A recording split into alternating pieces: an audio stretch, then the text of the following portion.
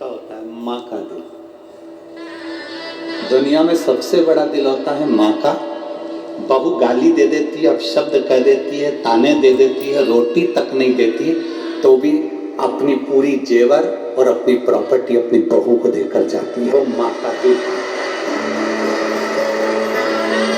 दुनिया में सबसे बड़ा दिल अपनी माता का होता है। माँ का दिल सबसे बड़ा दिल है। बहू बेटा पूछे ना पूछे तो भी प्रॉपर्टी, जमीन और रकम, सोना चांदी सब बच्चों को देकर जाती, मर जाती, छोड़ गई। बट कई माताएं ऐसी हैं जिनकी बहू रोटी नहीं दे रही, तो हमने उनसे कह दिया जब तुम्हारी बहू तुमको नहीं पूछ रही तो एक काम करो, पूरा जेवर और पूरी प्रॉपर्टी किसी मंदिर को दे दो ना। अरे महाराज काय को दे, भले कैसी भी है पर दूंगी तो अपनी बहू को। भले वो धक्का मारे, आप शब्द कहे, ताने दे, गाली दे, आड़ा टेढ़ा बोले, पर जैसी भी है तो बहू। उसी तरह याद आती है, भला है बुरा है जैसा भी है, मेरा पति तो मेरा देवता है। बस उसी में कि ये भली बेकार है, अच्छी है, पर है तो सब उसी को दूंगा। कितना प्रेम है आप लोगों का, ये तो मानना पड़ेगा। ये बुजुर्ग माता गजब का प्रेम करती हैं। अपनी बहू पोता पोती के लिए तो जान निकाल कर रखते, इतना दे देती है। दे दो। अब इंद्र ने चाहा कि मैं विक्रमादित्य को धूल चटवा दूं। ये हो नहीं सकता, ये हो ही नहीं सकता।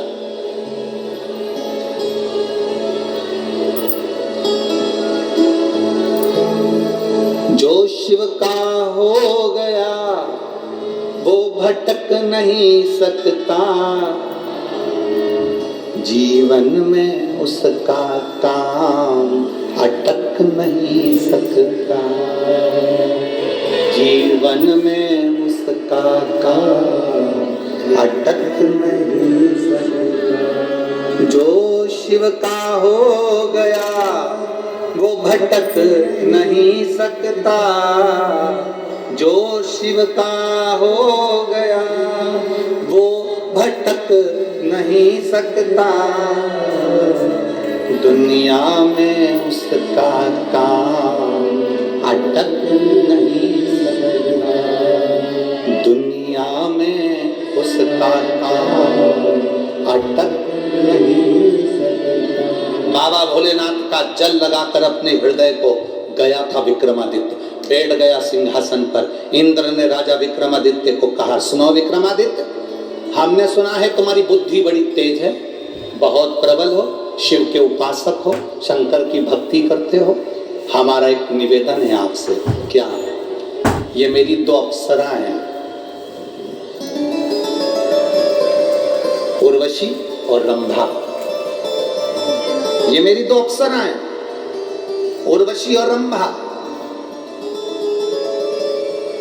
ये दोनों बहुत अच्छी नाचती हैं, नृत्य करती हैं। आपको सिद्ध कर कर बताना है कि उर्वशी और रंभा में सबसे अच्छा कौन ने नृत्य करा। विक्रमादित्य राजा ने सोचा कि मैं तो इंद्र से मिलने के लिए आया था और इन्होंने मुझे यहाँ निर्णय देने के लिए बिठा दिया कि इन दोनों में से अच्छा कौन नृत्य करता।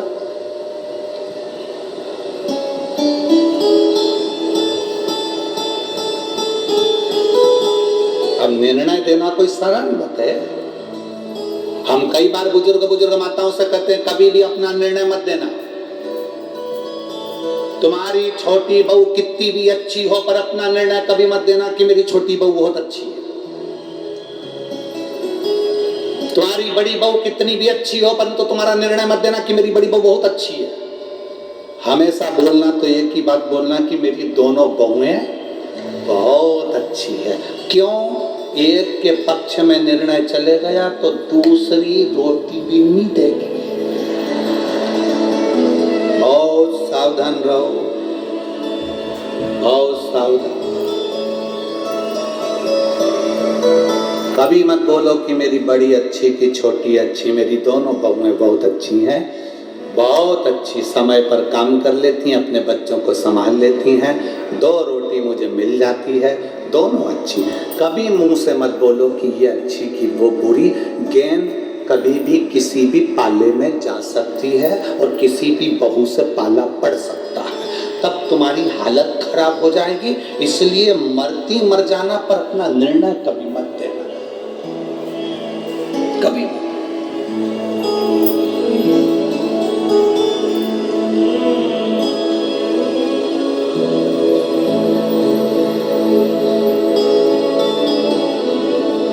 अपनी जीवान कभी मत खोलो और मरती मर जाओ।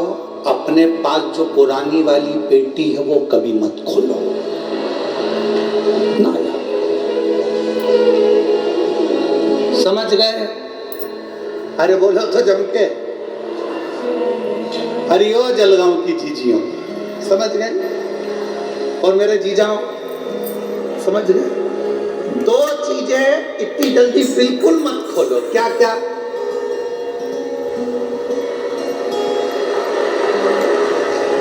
अपन ज्यादा बोलेंगे नहीं क्योंकि बहुएं बहुत सारी आई है, तो इसलिए 2 चीजों का स्मरण करना, एक अपनी जीवान ज्यादा नहीं खोलना और एक अपनी पेटी ज्यादा मत खोलना।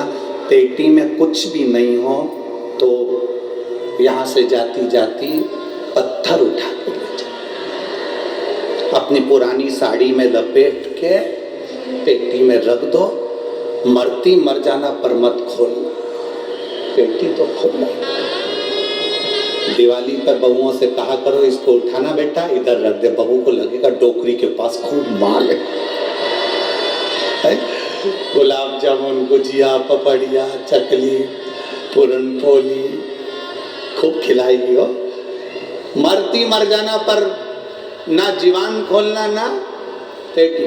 आखिरी सांस चल रही हो और घर में 4 बहुएं हों, चारों को बुला कर कह देना बेटा अब ये ले चाबी, अब मेरा जाने का समय आ गया और तुम चली जाना। बहुवन पेटी को छुपा के रख देंगी क्योंकि डोकरी मरी है, ननंद आएंगी। पेटी ने छुपा कर रख दी, तुम भले चली गई। सास मरने के बाद बहुओं का लगेगा बहुत छोड़ कर गई है, बहुत साल से माल है उसका पेटी में, खूब अच्छे से तुम्हारा 10वां 11वां 12वां 13वां सब अच्छे से होगा। ननंद चली जाएंगी, चारों बहुएं पेटी खोलो और चारों मिलकर जब पेटी खोलेंगी और उनमें से जलगांव का भाटा निकलेगा, करम फोड़े।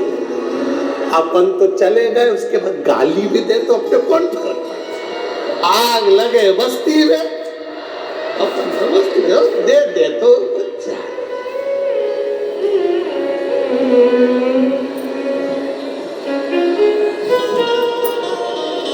वो तो काम है दुनिया का, देते हैं। 2 चीजें मत खोलना, कभी अपने मुंह से ये मत कहना कि मेरा बड़ा बेटा अच्छा कि छोटा अच्छा, मंजला अच्छा कि संजला अच्छा, बड़ी बहू अच्छी कि छोटी बहू अच्छी, कभी मत बोलो। कभी भी किसी से पाला पड़ सकता। अपन तो सबका गुणगान करो, बहुत जोरदार, बहुत बढ़िया, बहुत बढ़िया।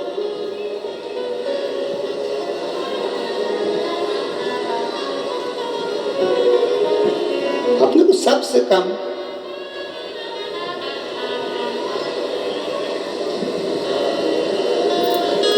कभी ना।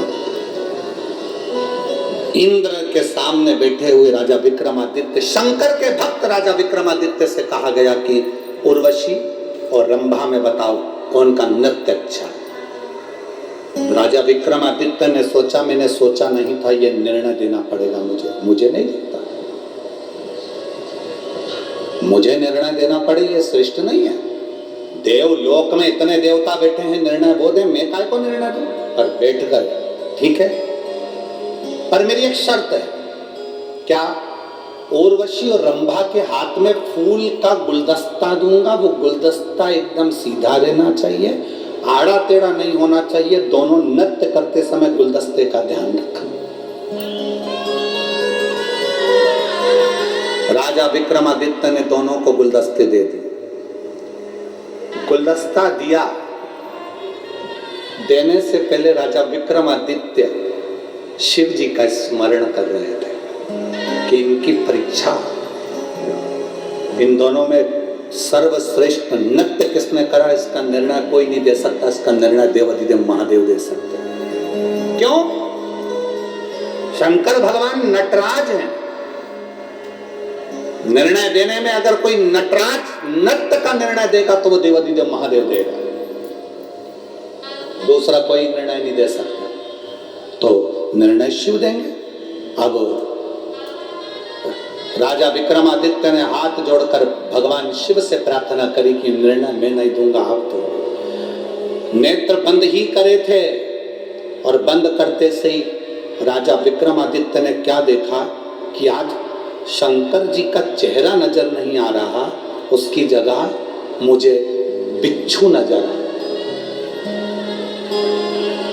बिच्छू दिख रहे हैं, शिव का चेहरा नहीं दिख रहा।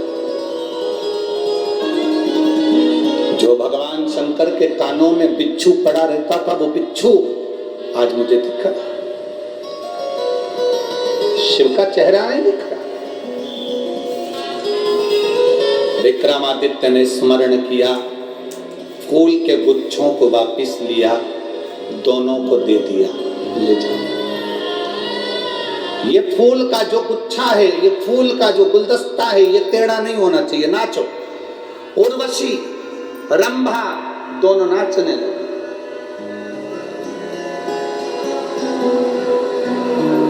दोनों ने नृत्य किया। रंभा के नाचते नाचते नाचते नाचते रंभा के हाथ में बिच्छू ने काट लिया। राजा विक्रमादित्य ने क्या करा कि वो बिच्छू जो दिखे थे, उस बिच्छू में से 2 बिच्छू एक उर्वशी के गुलदस्ते में डाल दिए थे और एक रंभा के गुलदस्ते में डाल दिए। उर्वशी के फूल के गुच्छ में भी बिच्छू था और रंभा के फूल के गुच्छ में भी बिच्छू था। दोनों नाच रही। रंभा के नाचते नाचते बिच्छू ने रंभा के हाथ में काटा, काटते सी रंभा ने गुलदस्ता फेंका और नाचना बंद कर दिया। पर उर्वशी नाचती रही, नाचती रही, नाचती रही। निर्णय देने की घड़ी आई। शिव का स्मरण कर कर राजा विक्रमादित्य ने निर्णय दे दिया कि उर्वशी अच्छा नृत्य करती है। क्या सबूत है, क्या प्रमाण है कि उर्वशी अच्छा नृत्य करती है? राजा विक्रमादित्य ने कहा, मैंने दोनों के फूल के गुच्छे में बिच्छू डाल दिए थे। नृत्य करते करते उर्वशी के हाथ में जो गुलदस्ता था, उसके बिच्छू को नृत्य में इतना आनंद आ गया था कि बिच्छू भी सो गया था। उसने उर्वशी को डसा नहीं और रंभा ऐसी नाच रही थी कि बिच्छू ने उसको डस लिया। बिच्छू ने डस लिया। ये तो शिव की महिमा थी, शंकर की करुणा थी। विक्रमादित्य को नीचे दिखाने वाले इंद्र की सिंहासन खसक गया। इंद्र उठकर खड़े हो गए। वहीं पर देवाधिदेव महादेव आकर खड़े हो गए। इंद्र, अच्छी बात नहीं है किसी की परीक्षा लेना। परीक्षा लेने का हक तुम्हारा नहीं है। किसी की परीक्षा लेना ये उत्तम नहीं। और अगर आपने राजा विक्रमादित्य की परीक्षा ली तो आपको कुछ देना पड़ेगा। भगवान देवाधिदेव महादेव वहां खड़े होकर खुद कहते तुम्हें देना पड़ेगा। भगवान शंकर ने जैसे ही कहा तो विक्रमादित्य के लिए इंद्र ने कहा, क्या दूं मैं, क्या? शंकर भगवान ने इशारा करा, 32 परियों का जो सिंहासन तुम्हारे पास में है, जो कुबेर ने तुमको दिया था, वो 32 परियों का सिंहासन आप राजा विक्रमादित्य को दे दीजिए। राजा विक्रमादित्य को वो सिंहासन दे दीजिए। राजा विक्रमादित्य को वो सिंहासन मिला जिस सिंहासन पर बैठकर राजा विक्रमादित्य निर्णय दिया करते थे। शिव प्रसन्न। सिंहासन पर बैठने से पहले राजा विक्रमादित्य का नियम था कि शंकर की स्तुति करना, शिव पे चढ़े हुए जल का स्पर्श अपने सिंहासन को करना। हम कई बार आप लोगों से कह चुके हैं, कई बार आप लोगों से वर्णन कर चुके हैं कि आप